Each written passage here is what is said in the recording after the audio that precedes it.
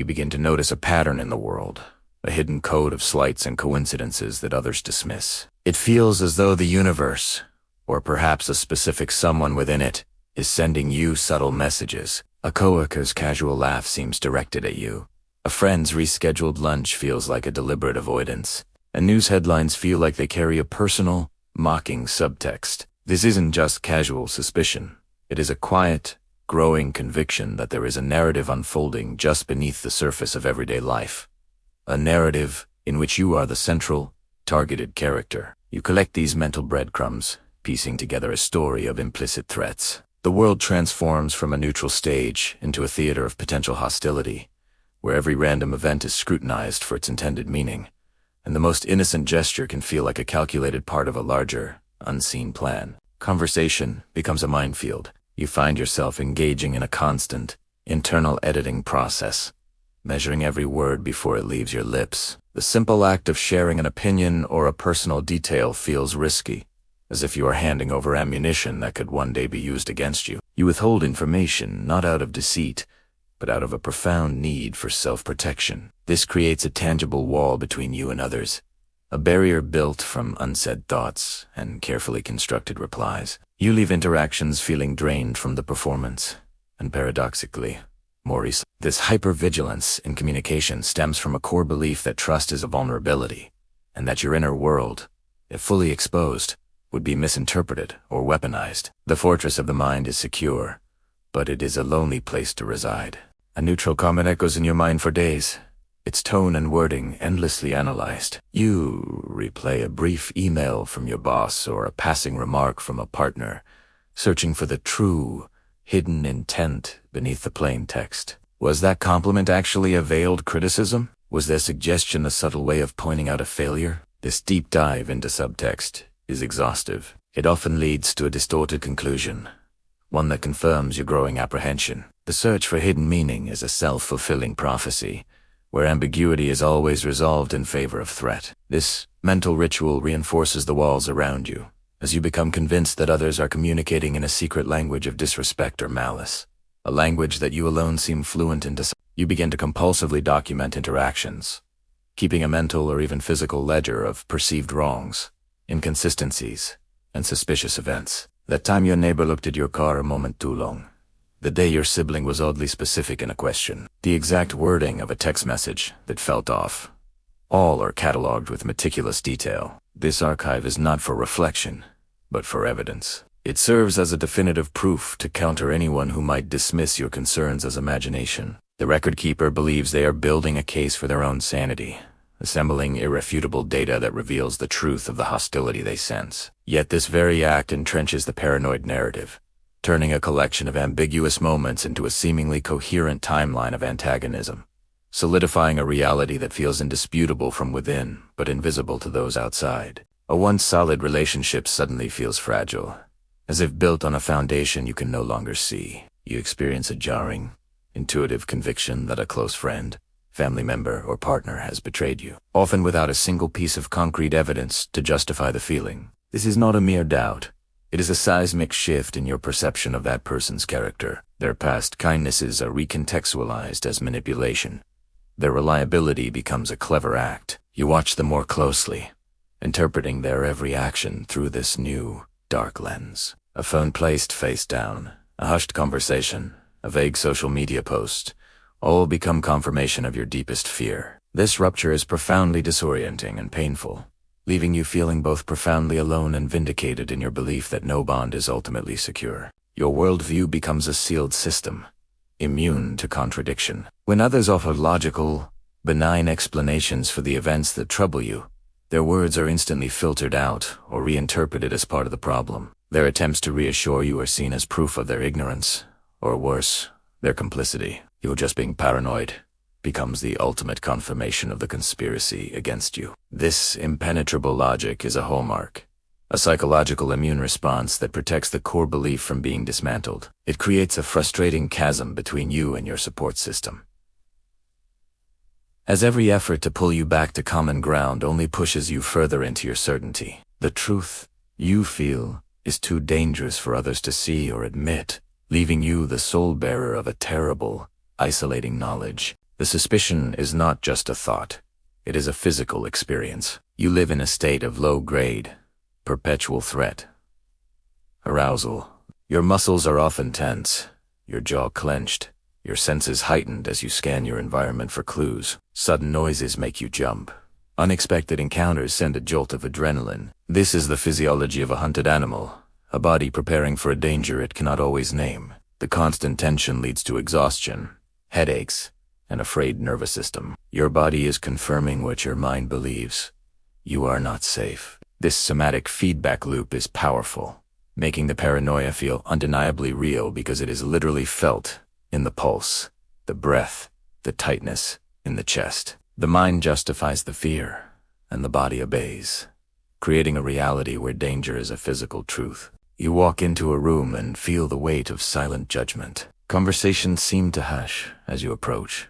Glances between others feel like they are about you. In public, you believe strangers are watching you, making note of your actions, or sharing a private joke at your expense. This transforms ordinary social spaces into arenas of perceived evaluation and scorn. A laugh from a nearby table, a cough in a quiet waiting room, the gaze of a passerby, all are drawn into your personal narrative of being singled out. The hostile gaze turns you into both the spectator and the spectacle, constantly monitoring the environment for signs that you are the object of a collective, unspoken criticism. It is an exhausting performance, where you feel simultaneously invisible in your true self and hypervisible as a target. You begin to perceive neutral or even positive events as having a sinister, underlying purpose. A promotion at work is reframed as a setup for a greater fall. A romantic gesture is seen as love bombing designed to manipulate. An unexpected gift becomes a tool for creating obligation or debt. This profound cynicism corrodes joy and blocks gratitude, as you instinctively look past the surface gift to search for the hidden hook. The well from which all human interaction draws is seen as poisoned, meaning no kindness can be taken at face value. This defensive pessimism is a prison, preventing genuine connection and celebration, ensuring you are never caught off guard by betrayal because you presuppose it in every action. Life becomes a series of puzzles to solve, where the true meaning is always assumed to be darker than the one presented. To quell the rising anxiety, you engage in covert rituals of verification. You might drive past a location to confirm a story, secretly check a partner's phone log, reread emails dozens of times for a hidden meaning, or repeatedly ask a friend for a confirmation of their loyalty. These actions are not done for pleasure, but as a compelled need to temporarily plug the leak of dread. The relief they provide is fleeting, however, as the doubt soon returns, often demanding a more thorough check next time. This cycle forms a trap, where the very act of seeking reassurance reinforces the power of the original fear, feeding the monster it hopes to tame. You become a detective in your own life, collecting clues not to solve a crime, but to preempt one you believe is always in the planning stages. The ultimate consequence of sustained suspicion is a retreat from the world. Relationships feel too risky. Social gatherings are minefields of potential humiliation, and public spaces are theaters of judgment. Withdrawal becomes the only logical path to safety. You decline invitations, allow connections to fade, and construct a lifestyle of minimal social exposure. This isolation, however, is not peaceful. The citadel of solitude you build becomes an echo chamber where your fears, now unchallenged by external reality, grow louder and more elaborate. The absence of others does not bring calm. It allows the narrative of persecution to expand unchecked, filling the silence with its own convincing logic. You are both the warden and the prisoner in a jail of your own design, where the walls built for protection become the very architecture of your confinement. Your speech becomes peppered with absolute, uncompromising terms. You know what they meant, you are sure of their intentions. It is obvious what is happening. This linguistic shift reflects the internal crystallization of doubt into fact. There is no maybe, only definitely. This certainty pushes away nuance and closes the door on alternative perspectives, making conversation with you feel like a debate against immutable truths. For the listener, it feels impossible to bridge the gap, as any questioning of your conclusions is seen as an attack on your perception itself. This language fortifies your position, but it also broadcasts a deep inflexibility, signaling to others that the realm of discussion is closed, and with it, the possibility of shared reality and genuine connection. Your past is meticulously combed for evidence to justify your present fears. Old wounds, previous betrayals, and childhood injustices are not just memories.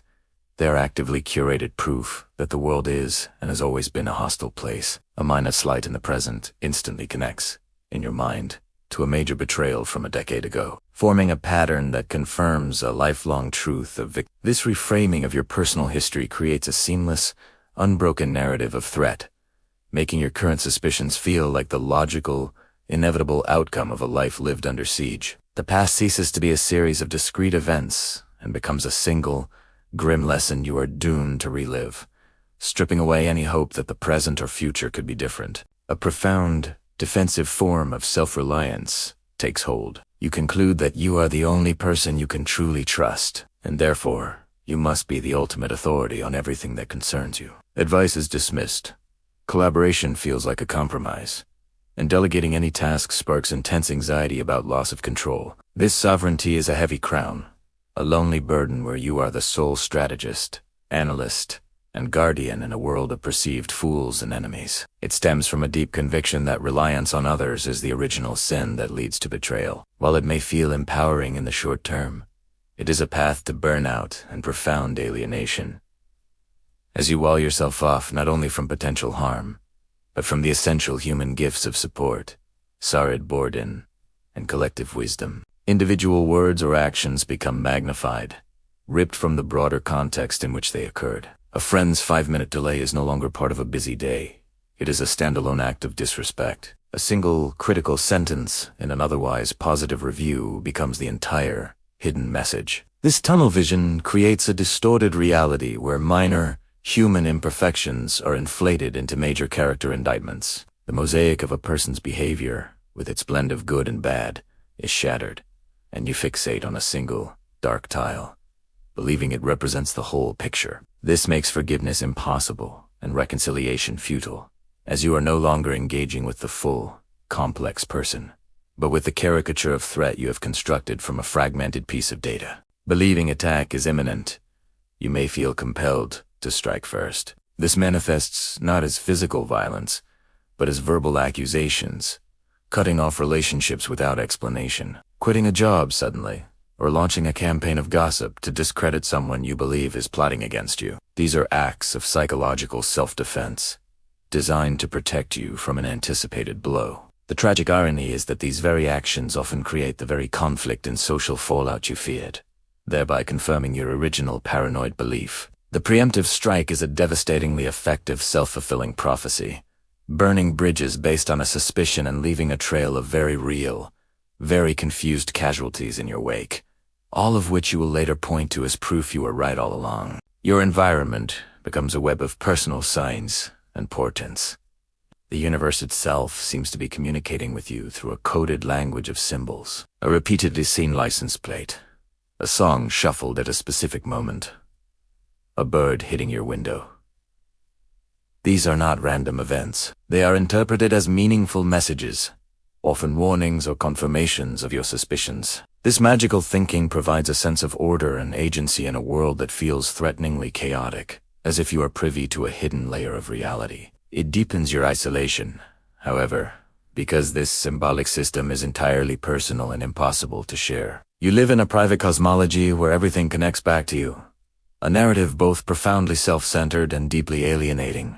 As the objective, shared world dissolves into a tapestry of omens only you can read. The relentless mental labor of scanning, interpreting, and defending begins to erode your basic functioning. The cognitive load is immense. You may experience brain fog, an inability to concentrate on simple tasks, forgetfulness about mundane matters because your mental resources are wholly dedicated to the perceived threat. Sleep offers no respite, as your subconscious continues the analysis, leading to restless nights and vivid, unsettling dreams. This is not mere tiredness.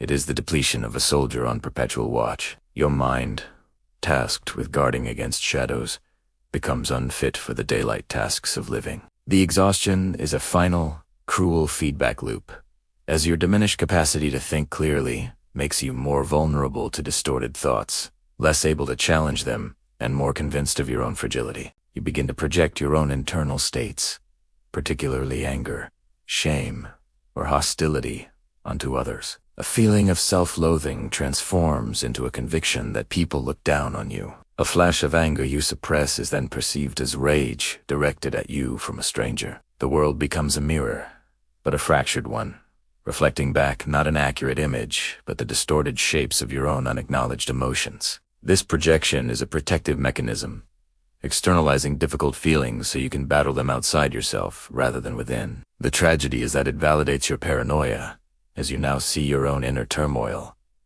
evidenced in the faces and actions of everyone around you, creating a seamless, inescapable prison where the walls are made of your own reflection. In the final entrenched stage, the very mechanisms of reality testing reverse. Evidence that contradicts your beliefs is not merely dismissed, it is absorbed as the most potent proof of all. A person's consistent kindness becomes the most sophisticated form of deception. A lack of any tangible plot becomes evidence of its flawless, clandestine execution. This inversion is the ultimate defense of the paranoid worldview, rendering it unfalsifiable and thus unassailable by logic or love. Any attempt to break through is metabolized as part of the conspiracy. You are left in a hall of mirrors where every exit sign is an illusion, every outstretched hand a hidden blade. The hidden signs have now built a complete, alternative world, a solitary kingdom where you are the besieged monarch, the only citizen, and the final, absolute authority on a truth that has severed its last connection with a shared human experience. Paranoia, in its hidden forms, is not a sudden madness but a slow constructing of a private fortress. It begins with a single cracked brick of doubt, meticulously mortared with misinterpretation and fear, until a wall stands between the individual and the world. The signs we have explored are the architecture of that isolation, the silent calculations, the bodily tension, the repurposing of history, and the final, tragic inversion, where love itself becomes a threat. This is a journey into a reality that feels unbearably lucid to the person within it, yet invisible from the outside. Recognizing these signs is not about labeling or judgment, but about understanding the profound loneliness at their core. It is a map to a solitary prison, and the first step in offering a key is to see not just the walls, but the human being who built them, one fearful thought at a time, longing for safety yet yearning, still, for connection.